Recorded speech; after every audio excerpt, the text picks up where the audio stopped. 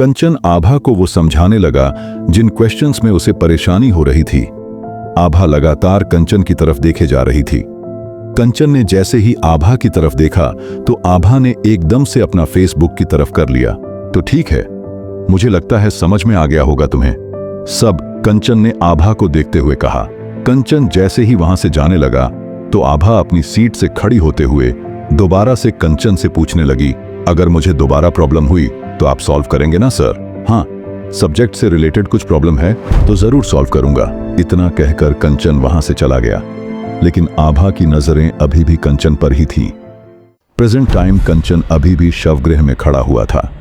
कंचन के दिमाग में अभी वो सब घूम रहा था कि वो आभा से कैसे मिला और माया उसकी लाइफ पर किस तरह से अपना हक जमाती थी। जैसे ही कंचन उस शवगृह से जाने लगा कि तभी वहां की लाइट ऑफ हो गई। इस लाइट को क्या हो गया, ये कहते हुए कंचन की नजर बाहर खड़ी हुई लड़की पर पड़ी जो बिल्कुल माया जैसी दिख रही थी, जो उसकी तरफ ही देख रही थी। माया। कंचन अपने आप में ही बुदबुदाया और उसके पैर वहीं जम गए। क्या माया जिंदा है? कंचन ने अपने आप से कहा, लेकिन जैसे उसका दिमाग ये बात स्वीकार करने को राजी ही नहीं था कि माया जिंदा है। नहीं, ये माया नहीं है, नहीं है, ये माया नहीं हो सकती, कंचन अपने आप से बोला। लेकिन तभी कंचन को याद आया कि माया की लाश गायब है। माया सच में जिंदा है और हर किसी को लग रहा है कि ये मर चुकी है। कंचन ये कहते ही उस शवगृह से बाहर निकला तो वहां कोई भी नहीं था। वो इतनी जल्दी कैसे यहां से गायब हो सकती है? नहीं, इतनी जल्दी नहीं। ये कहते हुए कंचन यहां वहां देखने लगा, पर माया उसे कहीं नजर नहीं आ रही थी। लेकिन तभी कंचन के कंधे पर किसी ने हाथ रखा। कंचन अपनी जगह जम गया। उसे लग रहा था कि उसके पैर ठंडे पड़ गए हैं। कुछ देर तक कंचन ऐसे ही खामोश रहा, लेकिन उसकी हिम्मत ही नहीं हो रही थी कि वो पीछे मुड़कर देखे। आपको इस शवगृह से प्यार तो नहीं हो गया ना कंचन जी? इस तरह से तो कोई अपनी प्रेमिका को भी नहीं देखता, जिस तरह से आप इस शवगृह को ताड़ रहे हैं। क्या अब माया के चले जाने के बाद आपका भी यही रहने का इरादा है? कंचन को अपने पीछे से आवाज आई। वो बहुत अच्छे से जानता था कि ये आवाज किसकी है। वो जल्दी से पीछे मुड़ा और बोला, देखिए ऑफिसर अक्षत, माया जिंदा है, वो मरी नहीं है, बस हमें गुमराह कर रही है। क्या सच में? ये कहते हुए अक्षत के चेहरे पर स्माइल थी। वो अपने माथे को खुजलाते हुए आगे बोला, तो आपके हिसाब से तो वो मरने का नाटक कर रही होंगी, ठीक कहा ना मैंने? जी, शायद आप ठीक भी हो सकते हैं ऑफिसर, कंचन ने जवाब दिया। बकवास बंद करिए अपनी, उनकी डेथ हुई है। हॉस्पिटल के सीनियर डॉक्टर ने खुद उन्हें चेक किया था, उनकी पल्स नहीं थी, उनकी मौत हो चुकी है कंचन जी। हॉस्पिटल में क्या कम बातें फैल रही है माया की मौत से रिलेटेड। कोई कह रहा है कि माया भूत बन चुकी है, कोई कह रहा है माया हमेशा के लिए ही इस हॉस्पिटल में बस चुकी है।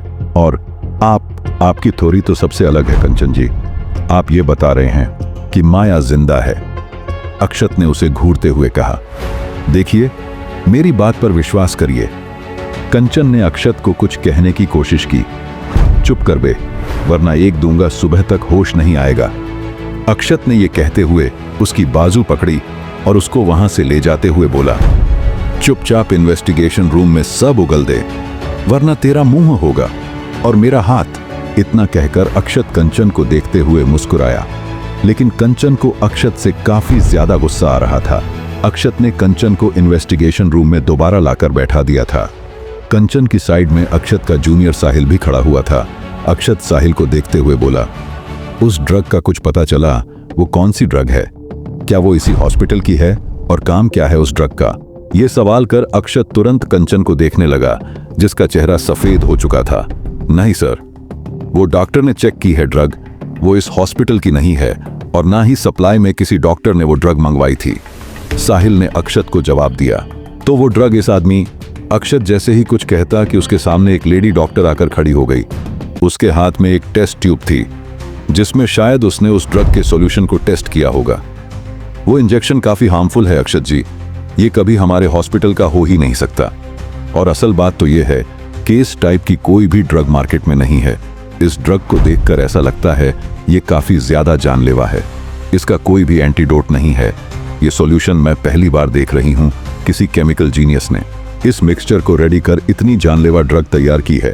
उस फॉरेंसिक डॉक्टर ने टेस्ट ट्यूब को देखते हुए कंचन से कहा, और इस ड्रग का क्या यूज है, क्या किया जा सकता है इससे?